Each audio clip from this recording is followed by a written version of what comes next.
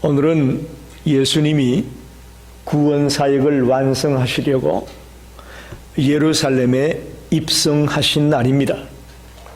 그래서 종려주일이다 그렇게 부르고 있습니다. 오늘부터 토요일까지를 우리는 고난주간이라고 말합니다. 영어로는 Holy Passion Week이라고 합니다. 고난주간. 특별히 이번 주 금요일은 예수님이 십자가에 못 박혀 돌아가시는 성금요일로 여러분 알고 계시죠? 예수님의 고난의 클라이맥스의 순간이 이제 이번 주 금요일에 있다고 보면 되겠습니다. 여러분, 인생은 태어나서 죽을 때까지 고난의 연속이다 라고 봐도 틀린 말이 아니라고 생각이 됩니다. 여러분 어떻게 생각합니까? 물론 행복할 때도 있죠. 기쁠 때도 있지만 살아오면서 느끼는 것은 인생은 고난의 연속이다 라고 생각이 듭니다. 그런데 그 고난이 다 같은 종류의 고난은 아니라는 것을 여러분 아셔야 됩니다. 자기 죄 때문에 당하는 고난 있잖아요. 우리 주변에 보면 자기가 죄를 지어서 당하는 고난을 겪고 있는 분들을 만나게 됩니다. 이게 자업자득이라고 그래요. 자업자득. 예를 들면 음주운전하다가 사고를 냈다. 감옥 가는 거 그거 자기 죄 때문에 가는 거예요. 그죠? 또 운전을 하다가 사람을 치었는데 뺑소니를 했어요. 뺑소니 쳤다가 감옥 가는 거예요. 또 남의 것을 훔쳤다가 잡혀서 감옥 가는 사람도 있습니다. 사람을 상해하고 죽이는 강도짓을 했다가 감옥에 가는 자도 있습니다. 성범죄를 저질러서 강간죄를 지어서 자기의 잘못으로 감옥에 가는 자도 있습니다. 고난이라는 것이 다 같지 않다는 것을 여러분 아셔야 됩니다. 내 죄 때문에 내가 잘못해서 당하는 그런 고난 말고 오늘 예수님의 고난은 자신이 죄가 없음에도 불구하고 당하는 고난입니다. 우리가 생각하는 그런 고난하고는 상당히 거리가 있음을 알아야 됩니다. 다시 말하면 예수님이 당한 고난은 자업자득의 고난이 아니었습니다. 자신이 범죄하고 자신이 잘못해서 당하는 고난이 아니었습니다. 한마디로 말하면 예수님의 고난은 타락한 인류를 죄악에서, 저주에서, 사망에서 건져내기 위한 구원 사역을 완성하기 위한 그런 의미에서의 고난이었음을 여러분 꼭 기억하시기 바랍니다. 오늘 본문은 예수님이 십자가에서 운명하는 장면입니다. 마태복음 27장 45절에서 50절 말씀은 예수님이 십자가에서 운명하는 장면이에요. 여기 제6시로부터 제9시까지 그런 표현이 있는데 예수님은 금요일 날 오전 9시쯤에 십자가에 달려서 오후 3시에 운명하십니다. 약 3시간, 6시간 정도 십자가에 달려 있다가 돌아가십니다. 오늘 50절에 보니까 마지막에 이렇게 말하죠. 예수께서 다시 크게 소리 지르시고 영원히 떠나시니라. 영원히 떠나시니라. 예수님이 숨을 거두시는 그런 표현입니다. 도대체 예수님이 우리를 위해 당하신 이 고난이 무엇인가? 어떤 고난을 당하셨다는 것인가? 또 그 고난의 의미는 뭐냐? 어떤 의의를 가지고 있느냐? 하는 것을 같이 생각하면서 은혜를 나누고 싶습니다. 먼저 예수님의 십자가의 고난을 생각해 보려고 합니다. 여러 가지 설명할 수 있겠지만 저는 예수님의 고난을 3가지로 말씀드리고 싶어요. 육체적인 고난, 정신적인 고난, 영적인 고난, 이 세 가지 측면에서 예수님의 고난을 보고 싶습니다. 먼저 육체적 고난입니다. 예수님의 십자가 처형은 예수님이 당한 극도의 육체적 고난을 말하고 있는 것입니다. 우리가 조그만 가시에만 찔려도 얼마나 아픕니까? 그렇죠? 여러분 경험해 보셨잖아요? 제가 얼마 전에 샤워를 하다가 미끄러졌어요. 그래가지고 발가락 하나가 완전히 이렇게 뒤집어져 가지고 발가락이 부러진 줄 알았어요. 그래서 응급실에 가서 엑스레이를 찍었더니 마침 뼈는 안 부러졌대. 그거 발가락 하나 아픈데 얼마나 걷기도 불편하고 모든 생활이 어렵더라고요. 그런데 예수님은 그 십자가에서 두 손에 적어도 15cm 이상 되는 그런 못에 박히신 거예요. 그리고 두 발에 못을 박히고 가시 멸류관을 쓰고, 여러분 한번 상상을 해 보십시오. 도저히 우리가 상상할 수 없는 고통, 그 육체적 고통이 예수님께 있었음을 우리는 알아야 됩니다. 예수님은 겟세마네 동산에서 기도하시고 그 다음에 붙잡혀 가게 되죠. 그리고는 대제사장 가야바의 뜰에 가가지고 신문을 받게 되는데 거기서 밤새도록 신문을 당합니다. 매를 맞습니다. 고통을 당합니다. 또 그 제사장 집의 가족들이 예수를 주먹으로 치고 발로 찼습니다.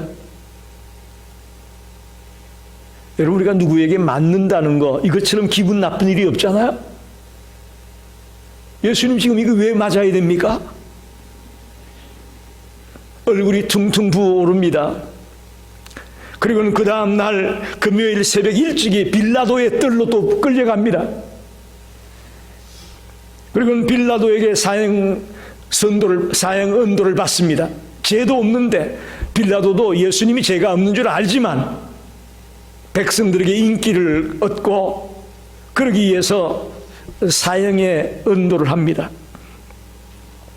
그러자 로마의 군인들이 홍포를 입히고 가시관을 씌우고 채찍으로 때렸다고 되어 있습니다. 여러분 이거 한번 생각해 보십시오. 채찍으로 맞는다.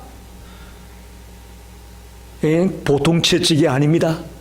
로마 군인들이 쓰는 채찍은요 5줄이에요.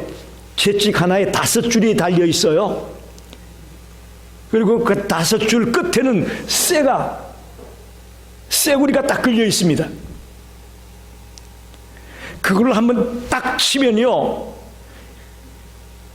이 5갈래 줄이 몸에 착 감기면서 몸속에 싹 들어가는 것처럼 그렇게 깊이 충격을 주고 그 다음에 탁 잡아당기면 살점이 쩍쩍 떨어져 나가는 거예요. 떨어질 때마다 피가 쫙 흐르는 그 모습을 여러분 생각해 보십시오.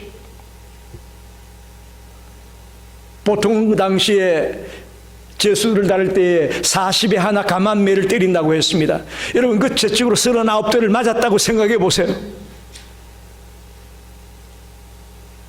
예수님의 등은 가슴은 완전히 피가 얼룩졌을 것입니다. 그런데 이렇게 엄청난 고문을 당하고 채찍질을 당하고 그 다음 날 본인이 또 그걸 쥐고 골고다 언덕으로 올라가야 됩니다. 기진맥진인데 자기 몸도 가누기 어려운데 그 무거운 십자가를 지고 그 언덕을 가는데 끝내는 못 갔어요. 얼마나 힘드셨는지 아시겠죠? 그리고는 골고다 언덕에 올라가서 발가벗겨진 채로 큰 대못에 박히시고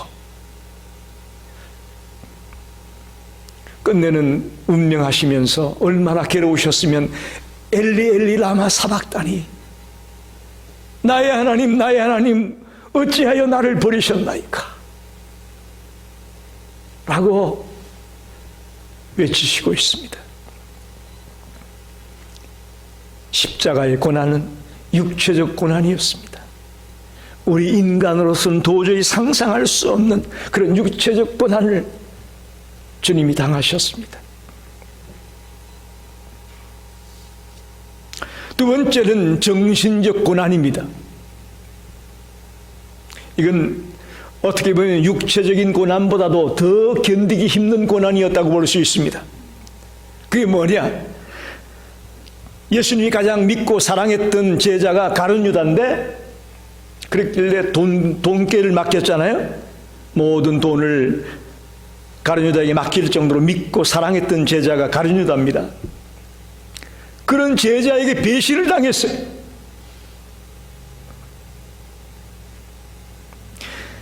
배신의 아픔은요, 당한 사람만 압니다. 당한 사람만 아는 거예요. 이거는 육체적으로 한번 아프고 마는 게 아니라 아주 오래 갑니다. 아주 견디기 어렵습니다. 그런 믿고 사랑했던 제자에게 돌아오는 것이 배신이었습니다. 예수님을 배반한 것은 가룟 유다만이 아닙니다. 겟세마네 동산에서 예수님이 붙잡히게 되니까 거기 있던 모든 제자들이 다 뿔뿔이 흩어지고 도망갔어요. 특별히 주님이 죽는 곳까지라도 내가 따라가겠다, 주님이 가는 그 끝까지라도 내가 따라가겠다고 큰소리 쳤던 수제자 베드로도 예수를 모른다고 3번이나 부인하지 않았습니까? 베드로도 배반을 했습니다. 그뿐만 아니라 군중들 어땠습니까? 오늘 종려주일날 예수님이 나귀를 타고 예루살렘으로 들어갈 때에 백성들이 뭐라고 하는지 아십니까? 마태복음 21장 9절에 호산나 다윗의 자손이여 찬송할지로다, 주의 이름으로 오시니여 가장 높은 곳에서 호산나 하더라. 주님을 호산나 찬송하며 환영하고 맞이했던 자들이 군중들입니다. 그리고 예수님이 오병이의 기적을 행하고 갖가지 병자를 고쳐내고 하면서 얼마나 많은 주님의 사랑을 그들이 받았습니까? 경험했습니까? 그랬던 그들이 신문이 시작이 되고 재판이 시작이 되니까 저 사람을 십자가에 못 박아라! 십자가에 못 박아라! 한순간에 안면을 싹 바꾸고 예수를 십자가에 죽이라고 소리 지릅니다. 주님께서는 뜨겁게 그들을 사랑하고 그들에게 복음을 전하고 그들이 구원받고 영생 얻기를 그렇게 사모했던 자들인데 그들은 한순간에 등지고 맙니다. 자, 가룟 유다도 제자들도 베드로도 군중들도 예수님을 배신하고 떠났습니다. 이때 오는 그 예수님의 이 정신적인 고통, 이거는 너무나 견디기 힘든 아픔이었음을 우리가 알아야 될 것입니다. 우리는 그저 단지 예수님이 그저 가시 찔리고 뭐 못 박히고 이런 육체적인 것만 생각을 했는데 그게 아니라는 거예요. 그보다 더 큰 아픔, 정신적 고통이었음을 우리가 오늘 발견합니다. 세 번째는 영적 고난입니다. 어떻게 보면 예수님이 당한 고난 중에 가장 극한의 고난이 저는 이 영적인 고난이라고 보고 싶습니다. 예수님은 그 영혼이 하나님과 분열된 적이 한 번도 없습니다. 만세전에 예수님께서는 하나님과 같이 계셨다고 말씀하셨고 하나님과 뜨거운 사랑의 교제가 한 번도 단절된 적이 없습니다. 뜨겁게 사랑의 관계로 이어져 있었습니다. 그런데 예수님이 온 인류의 죄를 대신 짊어지고 십자가에 못 박힐 그 순간은 하나님께 버림을 받았다라고 볼 수 있습니다. 하나님께 버림받는 순간입니다. 예수님이 겟세마네 동산에 기도할 때에 하나님은 예수님에게 쓴 잔을 내려주셨다고 볼 수 있습니다. 쓴 잔. 그 쓴 잔에는 아담과 하와의 원죄로부터 그 후손들이 지은 모든 죄가 다 포함이 된 그런 것이 쓴 잔입니다. 그래서 맛있어서 쓴 잔이 아니라 아담과 하와의 그 원죄로부터 오늘까지 인생들이 지은 그 모든 죄, 또 앞으로 미래의 인생들이 지을 모든 죄까지도 포함된 그 죄의 잔이 쓴 잔이었습니다. 추악하고 더럽고 상상을 초월한 죄악의 잔을 가득 담아가지고 하나님이 이걸 마시라고 하는 거예요. 예수님도 처음엔 그 죄의 잔을 보고 움츠렸다고 생각이 됩니다. 그는 죄를 알지도 못하고 또 죄를 하나도 짓지 않으신 분입니다. 그런데 그 추악한 죄의 쓴 잔을 마시라고 할 때에 얼마나 괴로웠겠습니까? 그래서 예수님이 겟세마네 동산에서 기도할 때에 땀방울이 핏빛으로 변했다고 말합니다. 얼마나 그 영적인 고난이 힘들거리웠으면 정말 사력을 다해 기도해서 땀방울이 핏빛으로 변하는 그런 일까지 벌어졌다고 말합니다. 마태복음 26장 39절에 내 아버지여 만일 할만하거든 내게서 이 잔을 지나가게 하옵소서. 할 수만 있으면 이 잔을 내가 피하기를 원합니다 라고 예수님이 기도하고 있습니다. 이 기도를 3번이나 연속해서 합니다. 그것은 그만큼 예수님을 짓누르는 그 영적인 고난이 힘들었다는 것을 말합니다. 그때 상상해 볼 때 하나님의 대답은 뭐였을 것 같습니까? 너가 이 쓴 잔을 안 마시면 모든 인류는 다 지옥으로 간다. 그러나 너가 이 쓴 잔을 마시면 모든 인류가 구원을 얻을 수 있다. 어떡할래? 이것이 주님 하나님의 답변이 아니었겠는가 생각해 봅니다. 사랑하는 성도 여러분, 그저 예수님의 고난 단순하게 십자가 진 것 그것만 생각하지 마세요. 정신적 고난이 있었습니다. 더 나아가 영적인 고난이 있었습니다. 이 삼중고의 고난을 십자가의 고난이라고 말할 수 있습니다. 그럼 이제 생각해 볼 것은 이 예수님의 고난의 의미가 뭐냐? 도대체 왜 예수님이 이런 일을 당해야 했느냐? 그게 중요하죠. 그죠? 왜 예수님이 꼭 이렇게까지 해야 되느냐? 그 의미를 생각해 보려고 합니다. 첫째로 예수님의 십자가의 고난은 성경의 예언을 이루기 위한 것이었습니다. 구약에 이미 예언되어 있는 그 예수님을 향한 예언을 이루기 위한 고난이었다고 말할 수 있습니다. 마태복음 26장 54절에 보니까 이런 일이 있으리라 한 성경이 어떻게 이루어지겠느냐 하시더라. 또 56절에는 선지자들의 글을 이루려 하심이니라.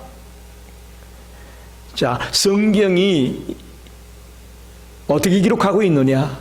또 선지자들의 글을 이루기 위한 것이다. 이 모두 다 구약 예언의 성취를 이야기하는 것입니다. 특별히 마태는 복음서를 쓸 때에 구약에 기록된 말씀이 이루어지고 있음을 포커스를 맞추고 기록하고 있습니다. 예수님의 고난은 구약에 기록된 말씀을 이루기 위해서 오신 메시아로서의 고난이다 라고 말하고 있는 것입니다. 예수님은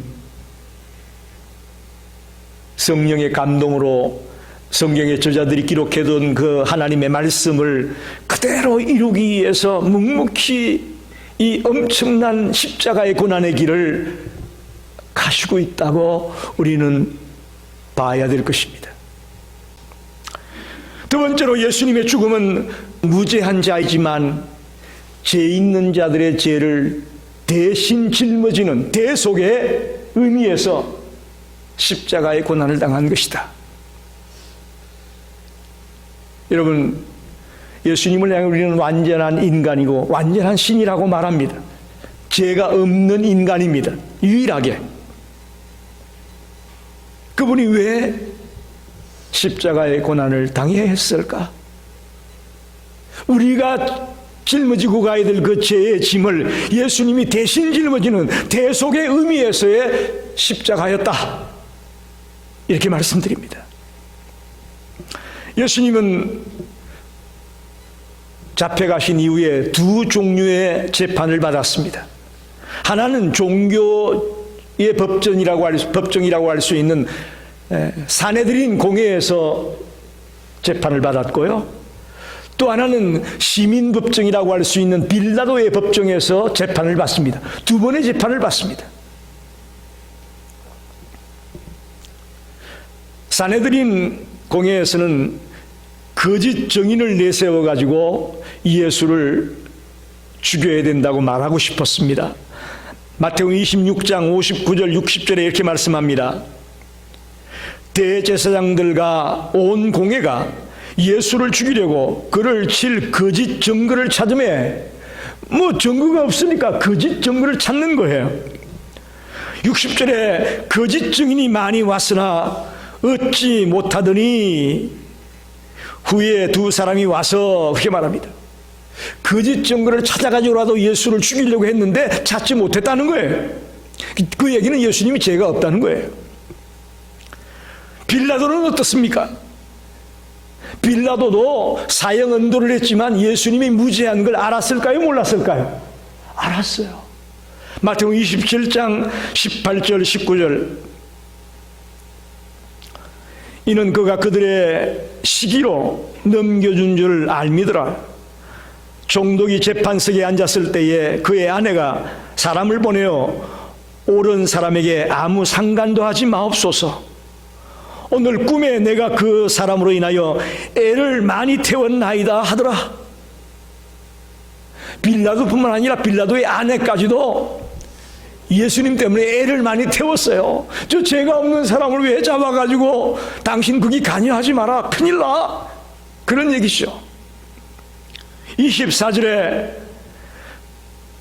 빌라도가 이렇게 합니다. 물을 가져다가 무리 앞에서 손을 씻으며 이르되 이 사람의 피에 대하여 나는 무죄하니 너희가 당하라.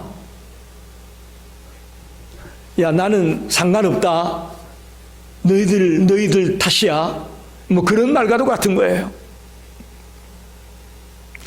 한마디로 하면 예수님은 무죄하신데 죄가 없는데 죄가 있는 자의 모습으로 십자가에서 달리셨단 말이죠. 이것은 우리 대신 죽었다는 대속의 의미가 있는 겁니다. 할렐루야. 더 쉽게 말하면 나 때문에 십자가에 달리신 거예요. 한번 따라 합시다. 나 때문에 십자가에 고난 당하셨다. 왜 이렇게 안 합니까? 이렇게 하시라고. 다시 한번 합니다. 나 때문에 십자가 고난 당하셨다. 그게 십자가 고난의 의미입니다. 그래서 우리가 종려주일, 고난주간 이런 절기에 기도할 수밖에 없고 눈물을 흘릴 수밖에 없는 거죠. 마태복음 20장 28절에 놀라운 말씀이 있습니다. 인자가 온 것은 섬김을 받으려 함이 아니요 섬기기 위한 것이요 자기 목숨을 많은 사람의 대속물로 주려 함이라. 예수님이 오신 이유는요, 자기 목숨을 많은 사람의 대속물로 주려고 오셨답니다. 할렐루야. 그 말씀이 그대로 이루어진 거예요. 그게 십자가 고난이에요. 그래서 십자가 고난의 의미가 뭐냐? 대속의 의미에서 대속의 죽음을 당하려고 이렇게 십자가 고난 당하셨구나 하고 우리는 바라봐야 될 겁니다. 마지막으로 예수 십자가의 고난은 구속 사역의 완성이라는 것입니다. 구원 사역의 완성을 이룬 순간입니다. 예수님이 죽자마자 많은 기적들이 벌어졌습니다. 그래서 막 땅이 흔들리고 무덤이 막 열리고 갖가지 이상들이 벌어졌는데 가장 중요한 예수님이 죽은 뒤 현상은 뭘까요? 성전 휘장이 위에서부터 아래로 쫙 찢어졌다는 거예요. 할렐루야. 여러분, 매우 중요합니다. 매우 중요합니다. 어쩌면 성소의 그 휘장은 성소와 지성소를 구분하는 막이었습니다. 지성소 안에는 법궤라는 하나님의 말씀이 놓여 있지 않습니까? 즉 하나님과 죄인들을 갈라놓은 것이 휘장이었습니다. 그런데 예수님이 우리의 모든 죄를 짊어지고 못 박혀 돌아가시는 그 순간에 하나님과 죄인들을 막아놨더니 장벽이 허물어졌습니다. 할렐루야. 그게 구원의 완성이에요. 그래서 우리가 지금 1대1로 목사나 제사장이나 뭐 이런 거 필요 없이 여러분이 1대1로 주님 앞에 나가서 마음껏 부르짖고 대화하고 기도하고 교제할 수 있습니다. 할렐루야. 만인 제사장이 그런 거예요. 구약에는 특별한 자들만 제사장이었지만 지금 우리 신약 시대는 만인 제사장입니다. 여러분이 누구든지 1대1로 하나님 앞에서 나의 이야기를 아뢰을 수 있고 또 하나님의 말씀을 들을 수 있고, 이게 주님께서 십자가에서 돌아가심으로 구원을 완성했기 때문에 가능한 것입니다. 사실 십자가는 부끄러운 장소 아닙니까? 예수님에게는 어울리지 않는 장소입니다. 가장 수치스럽고 가장 저주스러운 곳이 십자가입니다.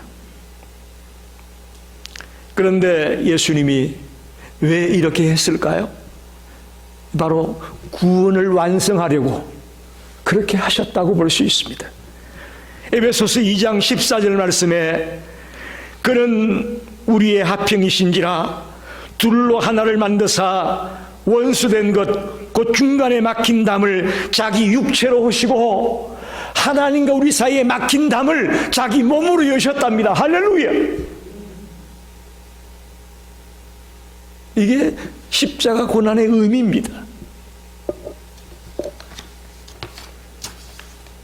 그런데 그 십자가가 인류 구속의 사역을 이루는 하나님의 능력의 장소였다고 성경은 말합니다. 고린도전서 1장 18절 말씀에 십자가의 도가 멸망하는 자들에게는 미련한 것이요 구원을 받는 우리에게는 하나님의 능력이라. 십자가가 하나님의 능력입니다. 여러분, 이 감격을 붙들고 오늘 돌아가시기 바랍니다. 십자가는 하나님의 능력이에요. 수치가 아니고 저주가 아니고 부끄러움이 아니고 그 장소가 하나님의 능력의 장소였다는 것이죠. 이게 우리의 인간의 머리로는 도저히 이해가 안 되는 말이라고 할 수 있을 거예요. 그거 인정하셔야 돼요. 로마서 11장 33절에 깊도다 하나님의 지혜와 지식에 부유하며 그의 판단은 정량치 못할 것이며 그의 길은 찾지 못할 것이로되. 하나님의 지혜와 지식의 부유함이 너무 깊어서 우리 머리로는 다 정량할 수 없다는 것을 우리 인정해야 됩니다. 우리는 그저 말씀이 가르쳐주는 대로 믿고 따르는 수밖에 없습니다. 내 머리로 다 이해가 돼야 믿겠다? No! 믿음은 이해하고 아는 게 아니에요. 주의 말씀에 순종하며 따르고 믿고 달려가는 것이 믿음입니다. 하나님의 지혜와 지식이 너무 깊고 너무 넓어서 우리는 도저히 따라갈 수가 없습니다. 그래서 성경에서 십자가의 도가 하나님의 능력이라고 하니까 우리는 아멘 하는 거죠. 아멘 하는 거죠. 십자가의 의미는, 십자가 고난의 의미는 구약의 예언의 말씀을 성취하기 위한 것이었고요. 자기의 목숨을 모든 죄인들을 위해서 대신 내어주는 대속의 의미가 있습니다. 그리고 죄의 장벽을 무너뜨려서 이제 하나님과 인간이 가로막혀 있었는데 그 장벽을 열어서 하나님과 인간이 화해하며 이 구원의 사역을 완성해 놓은 것이 십자가의 고난의 의미였음을 알았습니다. 말씀을 정리합니다. 지난 6주간 사순절 시리즈 설교를 했으며 특별히 예수님의 십자가에 대한 묵상을 했습니다. 오늘 그 마지막 시간으로 예수의 고난과 그 고난의 의미가 무엇인지를 함께 묵상할 수 있어서 너무 감사합니다. 그의 고난은 단지 육체적 고난만이 아니었습니다. 저도 한때는 예수님의 고난하면 그 십자가에서 당하는 그 여러 가지 비참하고 처참한 그 육체적 고난만을 생각했는데 그것이 아닙니다. 그보다 더 아픈 고난이 있었습니다. 정신적인 고난이 있었고 또 영적인 고난이 있었음을 알았습니다. 이 모든 것이 예언을 이루기 위한 것이었고 우리 죄인들을 위한 대속의 의미가 있었고 또 나아가 하나님과 우리의 가로막힌 담을 허물어서 구원의 역사를 이루기 위한 가정이었음을 오늘 깨달았습니다. 우리가 부르는 찬송가 중에 147장 거기 너 있었는가라는 찬송가가 있습니다.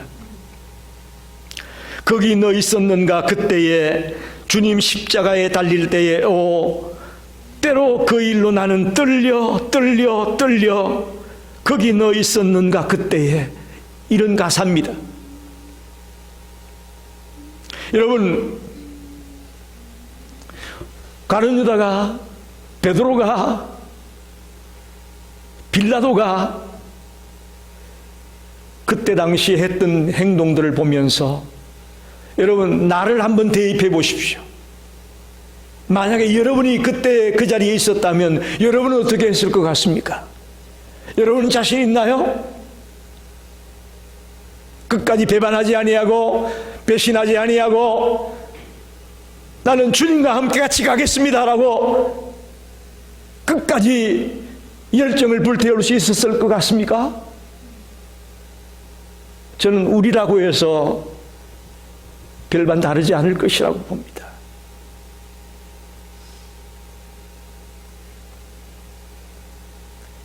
예수님을 때리고 괴롭혔던 자들, 또 따르던 주님을 배반하고 배신했던 자들, 죄가 없는 줄 알면서도 사형을 언도했던 빌라도나 또 예수를 어찌든지 죽이려고 했던 대제사장과 산헤드린 공회원들, 그들만이 아니라 우리도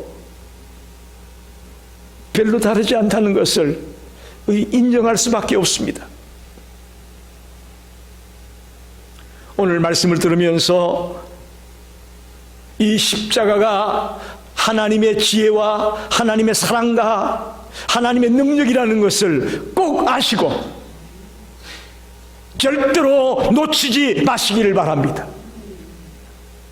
그리고 주님이 언제든지 자기를 부인하고 자기 십자가를 지고 나를 따르라고 말씀할 때에 제가 여기 있습니다. 또다시 주님을 아프게 하는 부인하고 배반하는 자리 들어가지 말고 끝까지 주를 따르겠다고 나서는 그 믿음의 사람이 되시기를 간절히 축원합니다.